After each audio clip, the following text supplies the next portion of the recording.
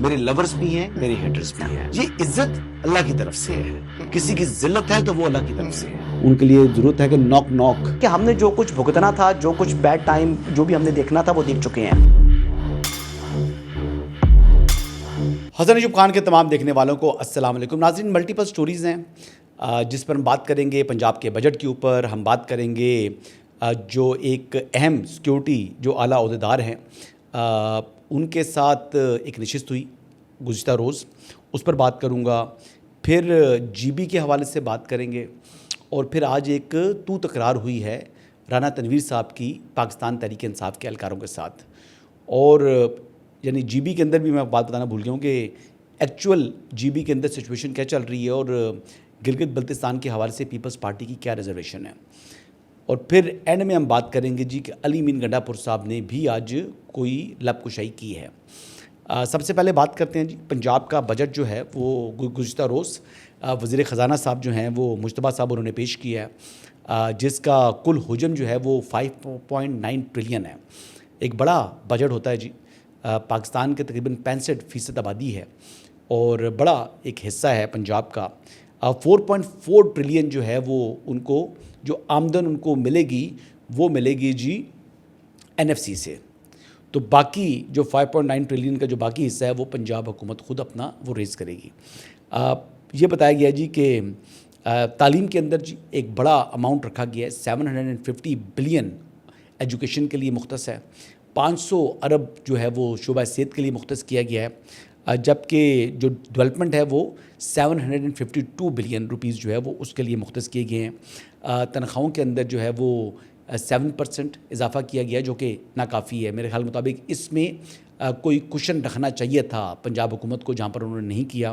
دوسرا 3% جو ہے وہ یہ بہت ہی کم ہے موجودہ حالات کے اندر دیکھتے ہوئے کہ جو پینشن کے اندر اضافہ کیا ہے.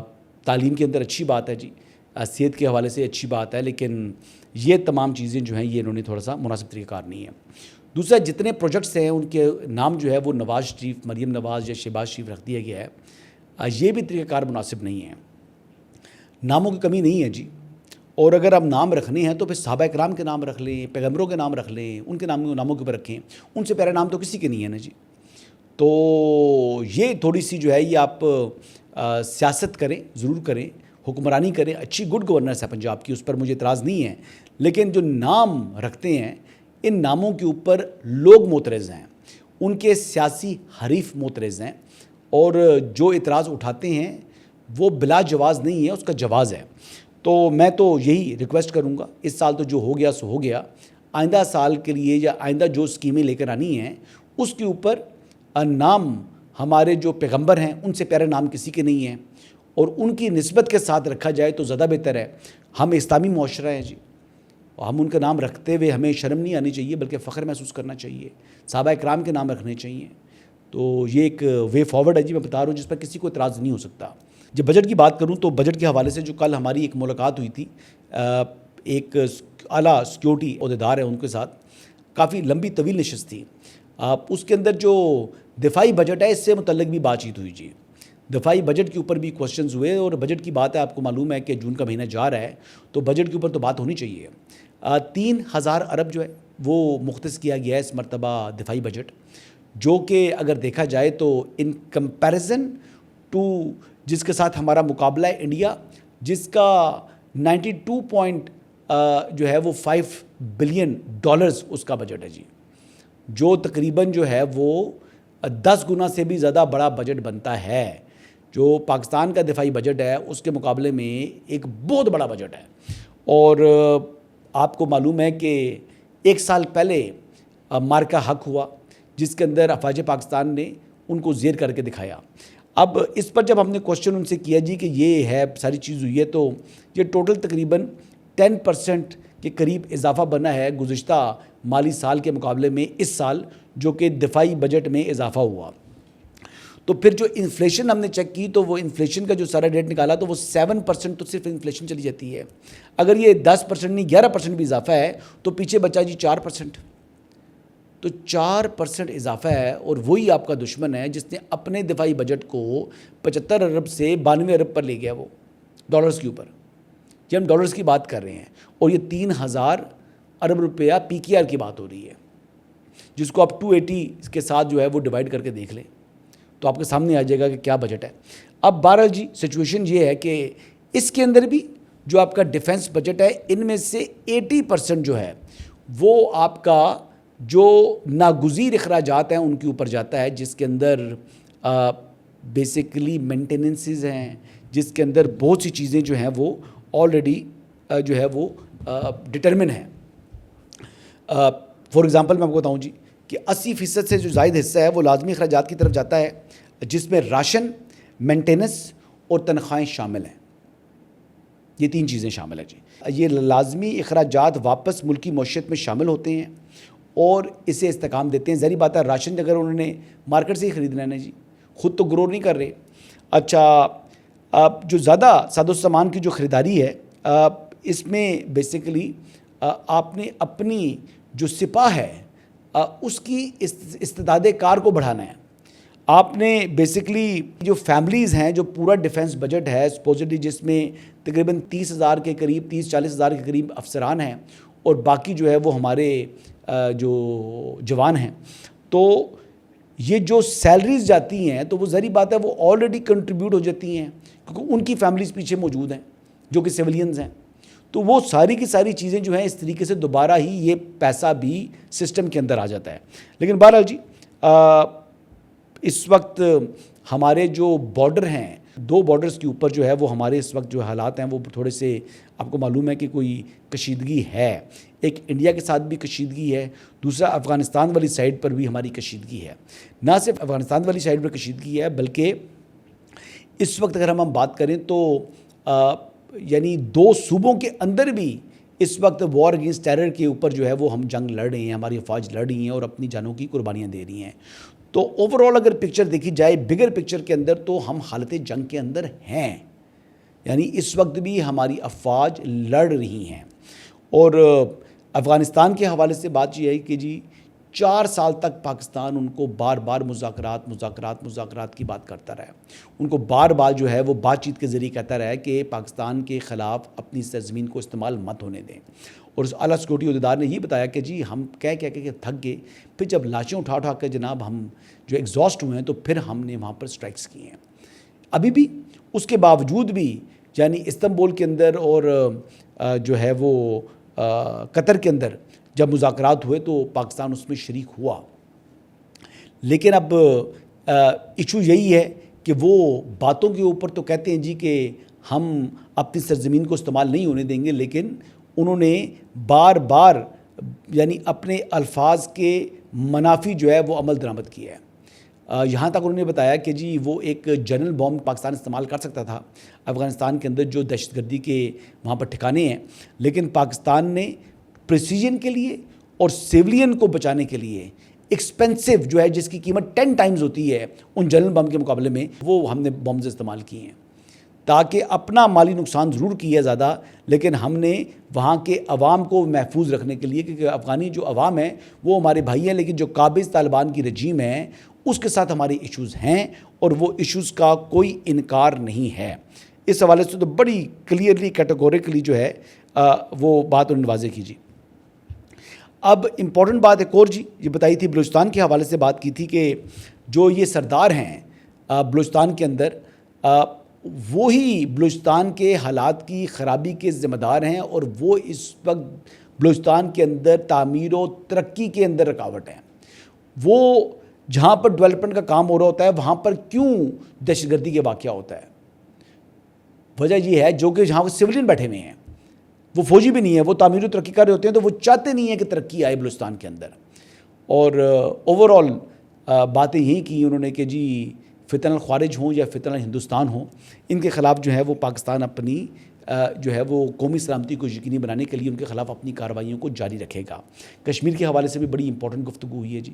انہوں نے سوال ہوا جی جو اعلیٰ سیکورٹی عہدیدار سے، غریدہ فاروق صاحبہ نے کہا جی میں کہتی چلی آ رہی ہوں کہ یہ لوگ جو ہیں یہ ان کے عزائم اور ہیں اور یہ بیرونی جو ہے وہ اعلیٰ کار بنے ہوئے ہیں، تو آپ نے اس ٹائم وہ جو خاموشی اختیار کی ہے، لیکن 1 سال بعد آپ لوگوں کو احساس ہوا ہے، تو اس اعلیٰ سیکورٹی ادار نے کہا تھا کہ ہمارے پاس بھی یہ انفارمیشن تھی، لیکن ہم ان کا اصلی چہرہ قوم کو دکھانا چاہتے تھے کہ جی جس کو جو رائٹس کے لیے موومنٹ سٹارٹ ہوئی ہے، جو موومنٹ انہوں نے سٹارٹ کی ہے جی کہ ہم جناب یہاں سے عوام کو حقوق دلانے ہیں، یعنی بجلی، تعلیم، صحت کے اوپر یا آٹے کے اوپر، تو پھر اصل میں وہ نشستوں کے اوپر آئے ہیں تو ان کا اصل چہرہ تو سامنے آیا نا۔ پھر جس طرح سی ایم ایچ کے اندر انہوں نے واقعہ کیا، جس طرح تشدد کیا، جس طرح ایک اے ایس آئی جس کا تعلق اے جے کے سے تھا اس کو اپنے داماد کے سامنے ننگا کیا، پھر جو اسٹریچر کے اندر سی ایم ایچ کے اندر ایڈمٹ تھا اس کو جناب وہاں پر اس کو قتل کیا، اس کا پورا پیٹ چاک کیا، تو یہ سب کچھ تو انہوں نے ہی کیا نا، جو ہمارے جو جوائنٹ عوامی ایکشن کمیٹی والے ہیں۔ تو ان کی جو ٹرو فیس ہے وہ ویزیبل ہوا۔ پھر ایک پولیس والے کا سٹیٹمنٹ دکھایا جی کہ اس کو بتایا کہ اس کی ٹانگ توڑی انہوں نے کس طریقے سے اس کا تشدد کیا اس کے اوپر، اور وہ ایڈمٹ ہو گیا تھا اس اسپتال میں۔ ایکچولی وہ جا رہا تھا چھٹی کر کے اپنی ماں کے جنازے میں شریک ہونے کے لیے، مسیح تھا وہ، اور اس کے ساتھ انہوں نے جناب یہ ظلم کیا۔ بہرحال جی آگے بڑھتے ہیں، یہ باتیں بہت لمبی ہو جائیں گی۔ رانا تنویر صاحب کی جناب آج قومی اسمبلی کے اندر جب وہ خطاب کر رہے تھے تو بڑا جوشیلا خطاب سٹارٹ کیا، انہوں نے کہا جی میں چیلنج کرتا ہوں کہ میرے حلقے میں عمران خان الیکشن لڑے۔ وہ عمران خان کی بات کر رہے تھے، پھر بیچ میں ان کو کسی نے ٹوکا، تو اس پر رانا تنویر صاحب کہتے ہیں جی وہ تمہارا باپ ہو سکتا ہے، میں تو اس کو کہا ہے 2018 میں بھی الیکشن لڑ میرے خلاف، تو جناب پھر بڑی گرما گرمی ہوگی۔ میں چیلنج دیتا رہا ہوں کہ عمران خان کو کھڑا کر لے میرے حلقے میں، آپ بھی چیلنج دیتا ہوں۔ اور چاچا جی میں کہہ رہا ایمی میں تینوں بھی جاننا، میں جلسوں میں کہتا رہا ہوں تہاڈا پیو ہوئے گا، تہاڈا پیو ہوئے گا، میں کہنا چیلنج کر رہا۔ میں نے کہا تھا 18 میں کہ میرے حلقے میں الیکشن لڑے عمران خان۔ آپ سیاسی تقریر نہیں ہے، تم آگے لڑ لو۔ رانا صاحب میری طرف دیکھیے، رانا صاحب رانا صاحب میری طرف دیکھیے، رانا صاحب نو کراس ٹاک، نو کراس ٹاک، میری طرف دیکھیے۔ یہ بات کرتے ہیں ایسے ان کا باپ ہوگا۔ رانا صاحب میری طرف دیکھیں، بات سنیں عمر، میرے مت میں صاحب بات۔ رانا صاحب آپ تو بڑے ٹھنڈے ہیں، رانا صاحب ادھر دیکھیں۔ یہ دیکھیں نا، بعد میں صدر ایاز صادق صاحب نے معاملے کو ٹھنڈا کیا، آتے بیٹھ جاؤ، رانا صاحب آپ کا بھتیجا ہے، فلاں ہیں فلاں ہیں فلاں ہیں۔ پھر خواجہ آصف صاحب نے بھی اشتعال میں آگے تھے، خیر وہ ویڈیو میں تو نظر نہیں آئے، لیکن خواجہ آصف صاحب بھی جناب ہی ہوتا ہے۔ دیکھو یہ دیکھیں نا، جون کا مہینہ ہے، گرمیاں تیز ہو چکی ہیں، تو پھر ایوان کے اندر بھی گرما گرمی ہونی چاہیے، کیونکہ کل تو علیمہ خانم صاحبہ جو ہے وہ گرمی میں بیٹھ کے اٹھ کے گھر چلی گئی ہیں واپس، لیکن بیچارے وہاں پر 10,000 کا جو نفسیاتی ہدف تھا وہ قریب بھی نہیں پہنچ سکے اس کے جی۔ ویسے تو میں سائیکاسٹکلی تو یہ بات کر رہا تھا کچھ دوستوں سے کہ جناب 10,000 کے لوگ لانے تھے تو 1 ملین پلس لوگ آگے تھے اڈیالہ کے باہر۔ پھر میں تو سائیکاسٹکلی یہ بات کر رہا تھا کہ اڈیالہ کے اندر، اڈیالہ کی جو در و دیوار ہیں وہ ہل گئے تھے، اور ایک نئی تاریخ رقم کر دی تھی علیمہ خانم صاحبہ نے۔ تو یہ کتنی مرتبہ 10,000 لوگوں کو لانے کی جو کال دی پاکستان تحریک انصاف میں، جس پہ وہ ناکام ثابت ہوئی ہے۔ تو یہ مقبولیت ہے جی عوام کے اندر، جو رانا تنویر صاحب چیلنج کر رہے تھے وہ درست کر رہے تھے نا۔ 10,000 بندے تو لا سکتے نہیں ہو یار اڈیالہ کے باہر، تو یہاں پر کہتے ہیں جی ہم سب سے مقبول ہیں، 95% لوگ عمران خان کے ساتھ ہیں۔ تو اب بات ایکچوئل ان کی گراؤنڈ ریئلٹی یہ ہے، ہری پور کا الیکشن یہ ہار چکے ہیں، تمام ضمنی الیکشنز کے اندر ان کے پلے کچھ بچا نہیں ہے، اور اس کی وجہ جی لوگ کیوں آئیں؟ میں تو یہ کہوں گا کہ لوگوں کا آنا بنتا نہیں ہے، کیونکہ قاسم کے پاپا چور ہیں۔ قاسم کے پاپا کو ایک عدالت نے کرپٹ اور دوسری عدالت نے چور قرار دیا ہے۔ عمران خان صاحب کو انلیگلی ڈیٹین تھوڑی ہے اڈیالہ کے اندر، کیا کسی نے ان کو زبردستی تو نہیں بٹھایا ہوا؟ عمران خان صاحب کو عدالتوں نے ان لینتھ ٹرائل کے بعد سزائیں سنائی ہیں، اور ان سزاؤں کی وجہ سے عمران احمد نیازی صاحب آج قید کے اندر موجود ہیں۔ بہرحال جی آگے بڑھتے ہیں۔ علی امین گنڈا پور صاحب نے بھی لب کشائی کی ہے، وہ کیا کہہ رہے ہیں آئیے سنتے ہیں۔ عمران خان صاحب سے بھی زیادہ ایف آئی آر ہے، اپنے لیڈر سے بھی زیادہ ایف آئی آر میرے اوپر ہے۔ میرے اوپر 9 مئی کے اوپر جو ایف آئی آریں کی گئی ہیں، تو ان میں اتنے ضلعوں کے اندر ایف آئی آریں ہیں میرے اوپر کہ میں نے وہاں پہ آرمی والے ایک ریفرنس سے بات کی کہ اگر میرے پاس ایک ایسا F-16 ہوتا جس کی سپیڈ F-16 والی ہوتی، اترتا ہے ہیلی کاپٹر کی طرح، تو اتنے 2 گھنٹے کے اندر اتنے ضلعوں میں میری موجودگی ناممکن تھی۔ اس پر پھر چونکہ فیلڈ مارشل صاحب تو بڑے سیریس رہتے ہیں، اور بی ٹی اے بھی سیریس ہی ہوتی تھی ہمیشہ، سیریس ایشو پہ ہی ہوتی تھی ہمیشہ، تو ان کی بھی ہنسی نکل گئی اس بات کے اوپر۔ علی امین گنڈا پور صاحب تو یہ کہہ رہے تھے نا جی ان پر ایف آئی آر جو ہیں عمران خان سے زیادہ ہیں، اور وہ اپنی قربانیاں بتا رہے ہیں بیسکلی۔ بھائی قربانیاں اپنی جگہ بتائیں، لیکن علی امین گنڈا پور یہ کیوں کیس بلڈ اپ کر رہے ہیں؟ کوسچن یہ ہے، وہ کیس اس لیے بلڈ اپ کر رہے ہیں کیونکہ اس وقت حکومتی جماعت کے رکن ہوتے ہوئے، سابق وزیر اعلیٰ خیبر پختونخوا ہوتے ہوئے اس وقت علی امین گنڈا پور عملی طور کے اوپر جو ہے وہ اپوزیشن میں بیٹھے ہوئے ہیں۔ اس وقت ڈی اے خان کے اندر مولانا فضل الرحمان اقتدار میں ہیں، اس وقت ڈی اے خان کے اندر فیصل کریم کنڈی صاحب اقتدار میں ہیں، اور اس کا یعنی سب سے بڑا ثبوت یہ ہے کہ مولانا کی تو تمام کے تمام جو اراکین ہیں ان کو اس مرتبہ ترقیاتی فنڈز دیں گے جی سہیل آفریدی صاحب۔ یہ عشق عمران نہیں، یہ نفرت علی امین گنڈا پور ہے، اور یہ بیسکلی سیاست ہے، اور سیاست کے اندر جو ودن یعنی پارٹی جماعت کے اندر جو اختلافات ہوتے ہیں وہ یعنی ایکچول ہوتے ہیں، اور وہ ذاتی دشمنی کے قریب تر ہوتے ہیں۔ یعنی مولانا فضل الرحمان کی اور جو علی امین گنڈا پور کی اختلافات ہیں وہ بیسکلی سیاسی ہیں، لیکن علی امین کا اور سہیل آفریدی کا جو اس وقت اختلاف ہے وہ ذاتی ہے، وہ ذاتی انٹرسٹ کا ہے۔ تو یہ معاملہ بڑا سیریس ہو چکا ہے۔ جو فیصل کریم کنڈی صاحب کے بھائی ہیں ان کا جناب ہر قسم کا حکم چلتا ہے جی اس ٹائم خیبر پختونخوا کے اندر، اپنے ضلع کے اندر نہیں باقی جگہوں کے اوپر بھی۔ مولانا کے بھی جناب احکامات چل رہے ہیں، وہ جو چاہیں وہ کروا سکتے ہیں، مطلب ظاہری بات ہے اس طرح تو نہیں، اتنا کھل کر تو نہیں، لیکن ان کے اپنے ضلع کے اندر جی مولانا کی ہر بات ہو رہی ہے جی، پوری ہو رہی ہے۔ تو یہ سچویشن ہے جی، اور یہ کو مولانا نے ڈیمانڈ نہیں کی، یہ یعنی سہیل آفریدی نے جا کر پیشکش کی ہے مولانا کو۔ یہ سہیل آفریدی خود فیصل کریم کنڈی صاحب کے پاس گئے ہیں، تو یہ گراؤنڈ ریالٹی ہے۔ تو یہ علی امین گنڈا پور اپنا وہ والا کیس بنا رہے ہیں۔ کیس بنانے سے یاد آیا جناب شازیہ مری صاحبہ نے بھی ایک کیس بنایا ہے، پر ان کی گفتگو سنیں۔ ہم سب کو ایک دوسرے کے پولیٹیکل مینڈیٹ کا احترام کرنا چاہیے۔ اگر پاکستان پیپلز پارٹی کی قیادت شہید ذوالفقار علی بھٹو، شہید محترمہ بے نظیر بھٹو اور صدر آصف علی زرداری صاحب سے لے کر آج چیئرمین بلاول بھٹو زرداری صاحب اور فرسٹ لیڈی محترمہ آصفہ بھٹو زرداری صاحبہ کے اوپر وہاں کی عوام نے اعتماد کیا ہے، تو ان کے اس اعتماد کے اندر روڑے نہ اٹکائیں، روڑے نہ اٹکائیں۔ اب یہ شازیہ مری صاحبہ یہ بات کیوں کر رہی ہیں؟ کیونکہ استحکام پاکستان پارٹی کے اندر آزاد امیدوار شامل ہو گئے ہیں۔ اب جو آزاد امیدوار شامل ہوئے ہیں تو اس کی پاکستان پیپلز پارٹی کو ایک قسم کی تکلیف ہے۔ وہ سمجھ رہے تھے کہ یہ ان کا حق ہے کہ جتنے آزاد ہیں وہ چپ کر کے ان کی جماعت کے اندر شامل ہو جائیں۔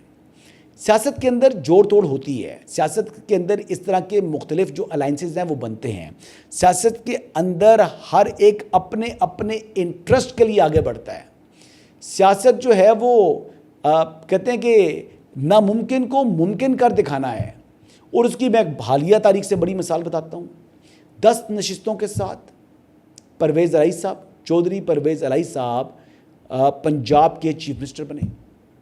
اس کی میں کو اور بڑی مثال بتاتا ہوں۔ ایک نشست کے ساتھ محمود خان اچکزئی اس وقت قومی اسمبلی کے اندر قائد حزب اختلاف ہیں، پوری کی پوری پاکستان تحریک انصاف ان کے پیچھے ہے۔ ایک نشست کے ساتھ جی علامہ راجہ ناصر عباس صاحب جو MWM سے جن کا تعلق ہے، وہ جناب اس وقت سینٹ کے اندر قائد حزب اختلاف بنے ہوئے ہیں، پوری تحریک انصاف ان کے پیچھے ہے۔ تو سیاست کے اندر تو یہ چیزیں ہوتی ہیں جی، سیاست کے اندر یہ چیزیں ہوتی ہیں اور ہوتی رہیں گی۔ اور اس وقت جو پاکستان پیپلز پارٹی شور مچا رہی ہے کہ جناب ان کو چاہیے وزارت اعلیٰ حکومت چاہیے، تو GB کے اندر جو ان کے گورنر صاحب بیٹھے ہوئے ہیں، وہ سوال یہ ہے کہ کیا گورنر بھی ان کا ہوگا، چیف منسٹر بھی ان کا ہوگا؟ تو ابھی دیکھنا یہ ہے کہ کیا سمت اختیار کرتے ہیں گلگت بلتستان کی صورتحال۔